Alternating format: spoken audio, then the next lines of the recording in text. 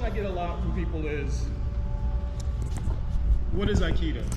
So I'm going to pretend that you guys have no idea about Aikido, because I feel that the way that I visualize Aikido is different than most, if that makes sense. All right? Aikido to me is not something that you do, it's something that you think. It's a way of thinking, a way of seeing situations, and how you respond to those situations kind of is off of what you see. All right? Real quick story. This is a funny story. I'm 18, 19 years old, get my first job, and I'm working in a restaurant. Now, backstory before that. As a kid, I grew up in a neighborhood kind of where conflicts was normal. Fighting was just part of life. Like, you know, you got in a fight every week, every month. It was just things that happened. So I didn't know that most people didn't fight. It just didn't make sense to me. Like who here has actually been in a fight? You know? Like half, you know what I mean? So this was a daily, weekly thing. Like my brother would bring home people to beat me up. That's the kind of thing. And I don't want to talk about my family, because cookouts always ended in a fight. It was just what we did. You know, brothers, uncles, fighting is just what it was. So fighting was just part of life. Now, nothing serious, not like today where people are shooting and trying to kill each other, but fighting was how we communicated with each other. So, go through high school, the exact same thing, but I went to a high school that was called, it was in an area called White Marsh, so that explains to you about the high school that I went to. So fighting was a lot of things that happened there as well, but those fights got to be a little bit different.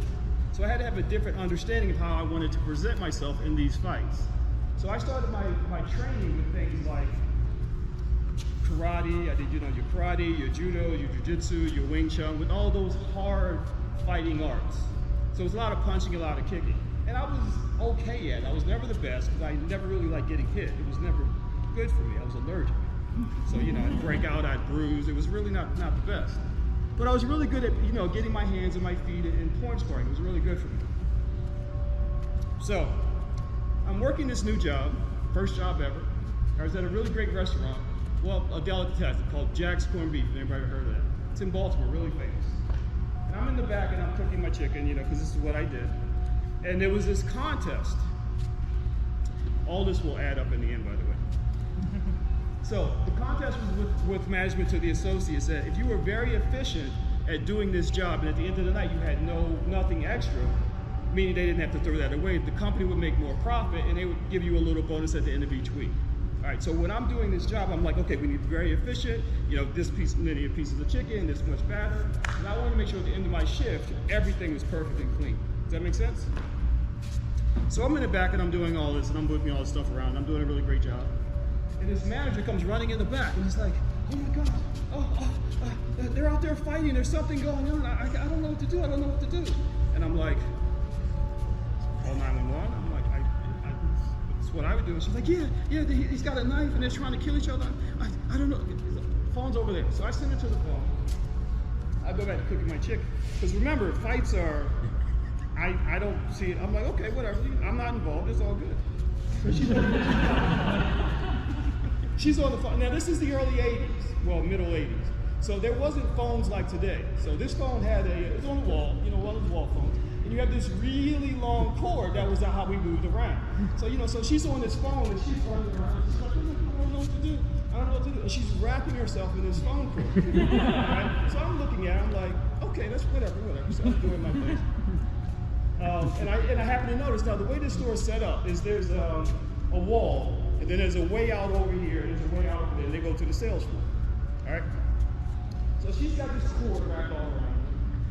She's on the phone and she's peeking around. And she's like, yeah, I can't really tell what's going on, but it looks really bad. They're out there fighting. So I come up and I'm just like, are you okay? Because she's like really, she's like losing it. And I'm like, well, where are all the other associates? Because there's like usually 10 people on the shift. And she's like, I have no clue. I don't know what's going on. And so I'm like, okay, I'm gonna go check. So she's on this side, looking out that way. I go to this door, and you know, I just do my normal, just to, you know, I'm not trying to expose myself to this danger. Just peek around the corner. Now what I see from my view, I can only explain it like this. two penguins trying to get to know each other.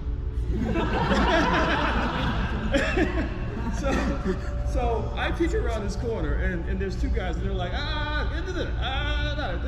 So I look at her, and she's over there in this phone court, like, oh my God, the life is over.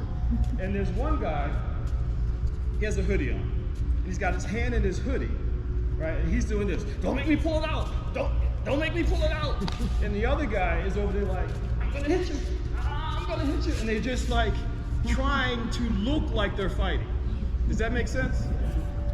So I see this and I see her, and I'm like, this is going to affect me because this is taking away customers. I'm not going to make my quota. This is going to come out of my pocket. This is just my mind. like we're not making money right now, and I got all this crap that's going to have to go in the trash if we don't get customers in this building.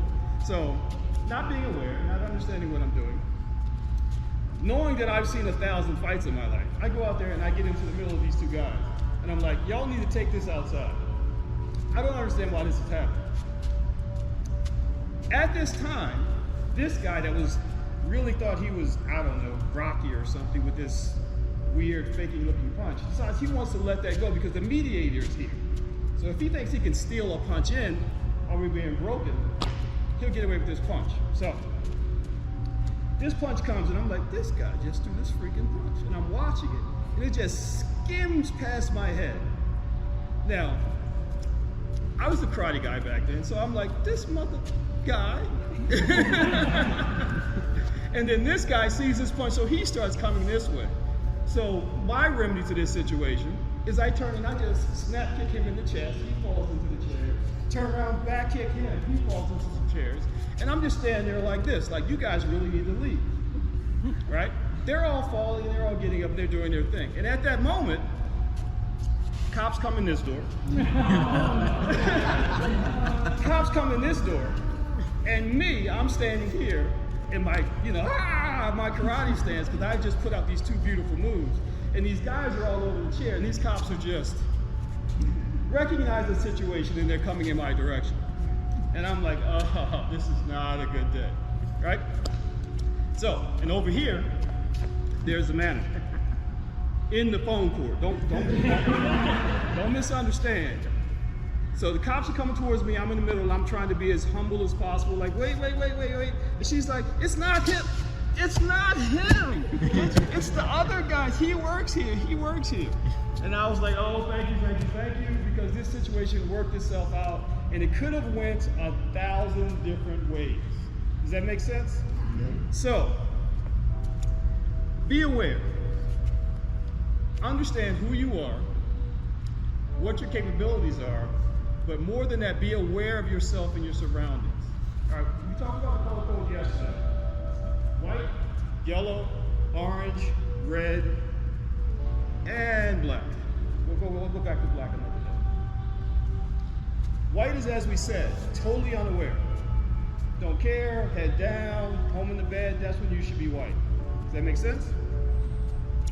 Yellow, aware. Always be aware of your situation, as Bob Azuka said yesterday. Know your exits, know how many people are around you. If somebody's behind you, turn around, pay attention to that. No one should be that close to you that you do not know or are not comfortable with. All right, especially nowadays with COVID, you should own your 6 feet. If something comes inside of that 6 feet, you should already have a plan of how you're going to address that situation. Where am I going to move to? How am I going to be safe? Does that make sense? And then orange is implementing that plan. All right? They step in, you step back. You have now reestablished my eye. Does that make sense? Keep that in mind. Now, back to the story. Everything works out great that day. I go back to back, I'm doing my job. This story makes it through this company like wildfire. By the time it came back to me, I was flying on the ceiling. There was some Spider-Man webs involved. It was crazy. And I was like, I was just trying to get the store reopened so I can make my quota because I got car payment I got to make. Like, this has to work out. So GMs come down, there's all these like interviews and everything like that. And they were like, well, how would you like to manage a store? And I was like, sure, I could do that. And they were like, Craig, we have a great opportunity. Whenever somebody says we have a great opportunity for you, take that with a grain of salt. Because this was the opportunity. I live in Baltimore, and I don't know if you ever watched the news or any movies, but Baltimore is very much like and not like what you see on the TV and the news and all that kind of stuff. As long as you're aware of yourself and your situations, you will be safe. But you know, just like going outside and thinking it's going to rain and not having an umbrella, you need to make sure that you're ready for whatever could happen. So they offered me this job. This job was managing a nighttime manager of a restaurant, and it was in not the best of neighborhoods. As a matter of fact, it was the worst neighborhood of this company. And my job was to go there, change the environment, and create a safe space. So with that, began a development of my understanding of martial arts. Because martial arts for me is not about winning points, beating up the people next to me or my friends, or competition. It is simply about surviving the day and making it home. That's all I train for. All right, now, with this job, it was my responsibility to interact with people that weren't in the best of moods. Does that make sense? Everybody here has been to Target and Walmart and all these stores. And if there's a problem, who do you look for? I want to speak to you, manager, now, please. That would be me. All right, now, unfortunately, in this environment, most of the problems was thought to be resolved in a physical way. Does that make sense? Somebody would come and say, I want to return this pair of shoes that I bought 9 years ago because they fell apart. Have you been smoking any pot today? And I have to explain to them like that's an idiotic thing to think, and I'm not going to do that. Of course, I would be very managerial with that conversation, but they would not like that, and they would want to throw blows, smack, spit, these kind of things. And I had to understand how to de-escalate that situation so it doesn't happen. Does that make sense? All right, so that is the premise of my Aikido. So for everyone who thinks I'm a tournament fighter, that I, like stabbing people and all that kind of stuff, yeah, that's all fun. I will agree. So don't get me wrong. But all of that training is just stuff that I can use in my day-to-day life. Does that make sense? So with that said, first thing you want to know is, who are you? What is it that you want from your martial arts training? All right? If you're not the type of job that you fight every day, make sure your training represents that. Are you staying healthy? Are you preparing for any type of situations? Because that's what your training should be. But if you are someone that works with the public, make sure that your training is so that it will help you and benefit you in the public. All right? Another quick story. I have a student. Let's just say that he's a psychologist, and he has to travel to people's homes and have conversation with them in their homes because they're having a bad day. One day he says, yeah, I was at this guy's house, and it was up on the 3rd floor, and I get up there, and he says, let's go outside and have a talk. And he's like, okay, let's go outside, and he has a talk. And he's out on the balcony with this guy, and there's a rail.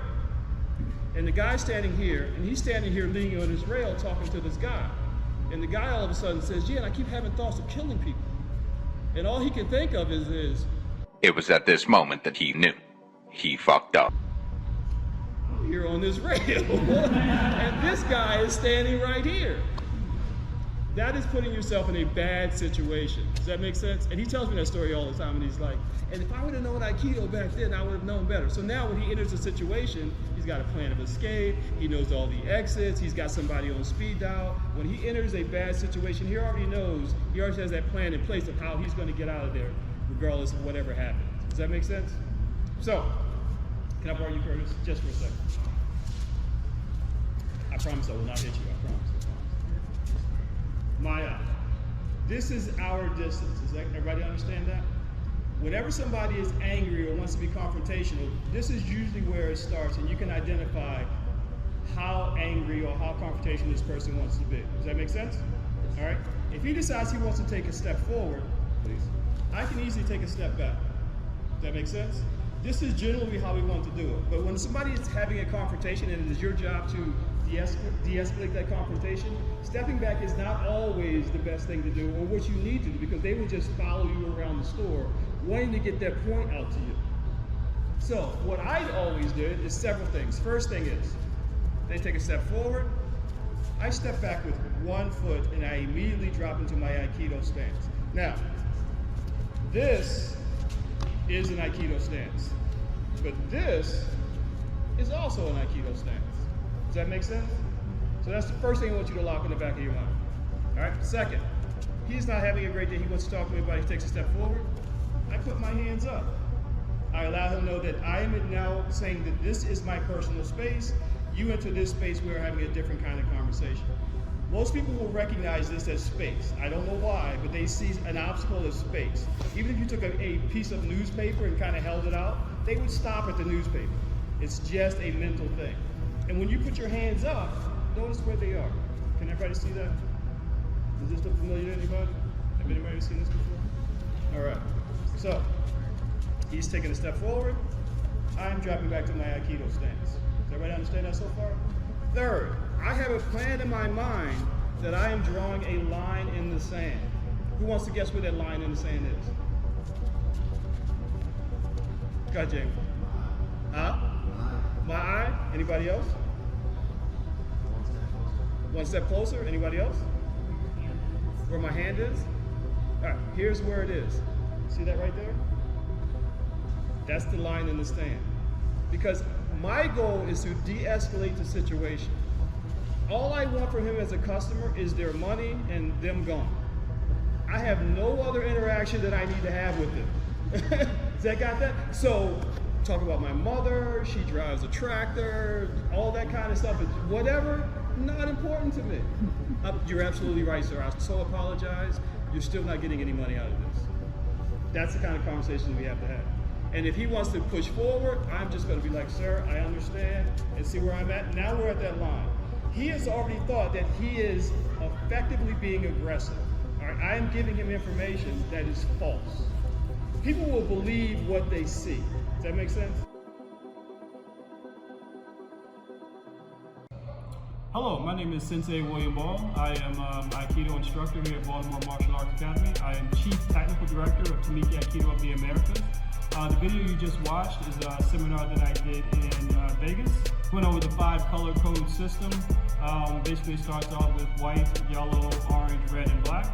I didn't get as detailed in the video as I should have, so I want to take a minute and go over it a little bit more. White was very simple. You're unaware, you have no idea what's going on. Yellow is you are aware of your surroundings, you're paying attention to what's going on, you're recognizing things that are out of place. Orange is you build a plan for those things that you recognize that could be an obstacle or could be a problem. Red is you're engaging or interacting or avoiding those situations that you recognize. And black is when everything goes wrong and you got to do what you got to do to make sure you make it home safe. So I just want to take a quick minute and cover all that because I don't think I did a really good job of covering that in the video.